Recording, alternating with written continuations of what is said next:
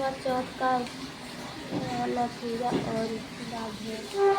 इस दिन व्रत करके पटवे पर जल का एक लोटा भर कर रख लें। फिर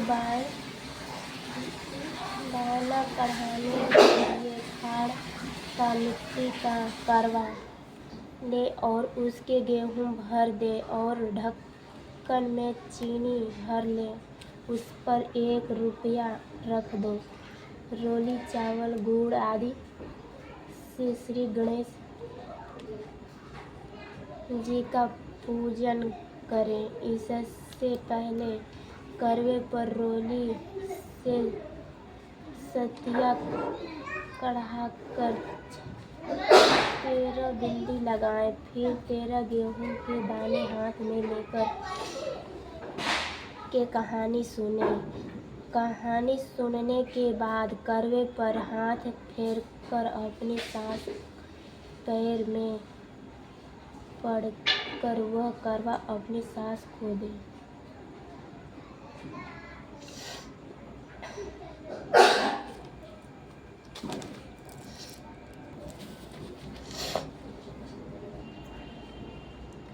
इसके बाद 13 दाने गेहूं के और पानी का लोटा अलग रख ले और रात्रि को जब चंद्रमा निकल जाए तो चंद्रमा को अर्घ्य देकर बाद में भोजन कर ले। यदि बहन या पुत्र कहीं दूर बाहर रहते हो तो करवा गेहूं चीनी सहित 1 रुपये नगद रखकर उसके पास पहुंचा दे।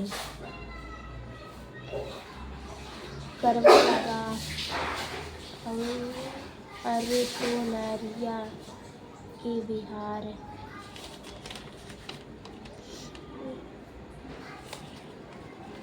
नदी में स्नान करने को गया। वेग से स्नान करते समय वहाँ एक मगर ने उसका पैर पकड़ लिया। तब वह मनुष्य करवा करवा करके अपनी पत्नी को चिल्ला चिल्लाकर पुकारने लगा। अपने पति की आवाज़ को सुनकर उसकी पतिव्रती स्त्री करवा भागी हुई चली आई और उसे पतिव्रता ने आते ही मगर को कच्चे सूत के धागे से बांध दिया।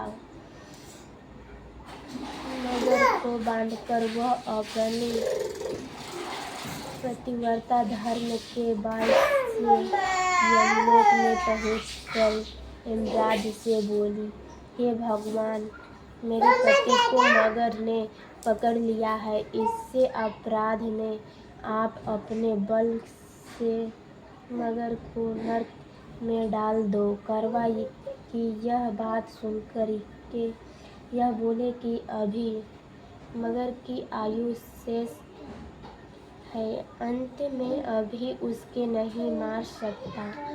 यमराज की बात सुनकर करवा बोली, यदि आप ऐसा नहीं करेंगे तो आपको श्राप देकर नष्ट कर दूंगी। करवा की यह बात सुनकर यमराज अभयभीत हो गया। अंततः उस पतिव्रता के साथ जाकर उस मगर को यमलोक को पठा दिया और उसके पति को दीर्घायु होने का आशीर्वाद दिया। उसी दिन से यह करवा चौथ मनाए जाते हैं और व्रत रखा जाता है।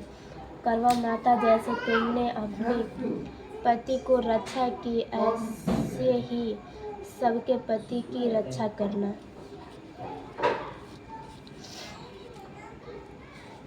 एक अंधी बुढ़िया थी। उसका एक लड़का और लड़कियां की बहू थी।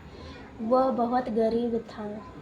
वह अंधे बुढ़िया नित्य प्रति गणेश जी की पूजा किया करती थी। गणेश जी क्षमता समुद्र आकर कहते हैं कि बुढ़िया माई, तू जो चाहे सो मांग ले।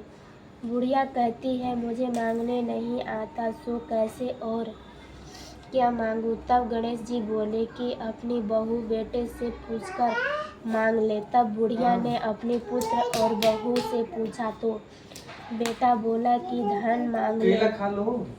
और बहू ने कहा कि नाती मांग ले। तब बुढ़िया ने सोचा कि बेटा बहू तो अपने अपने मतलब की बातें कर रहे हैं। अंत उस बुढ़िया ने पड़ोसी से पूछा तो पड़ोसन ने कहा कि बुढ़िया, तेरी थोड़ी सी जिंदगी है, क्यों मांगे धन और नाती। तू तो केवल अपनी नेत्र मांग ले, जिसके तेरी शेष जिंदगी सुख से व्यतीत हो जाए। उसी बुढ़िया ने बेटे और बहू तथा पड़ोसियों की बात सुनकर घर में जाकर सोचा, जिसके बेटा बहू और मेरा सबका ही भला हो, वह भी मांग लो और अपने मतलब की चीज भी मांग लो। जब दूसरे दिन श्री गणेश जी आए और बोल बुढ़िया माई, क्या मांगती है? हमारा वचन है, जो तू मांगेगी सो ही पाएगी।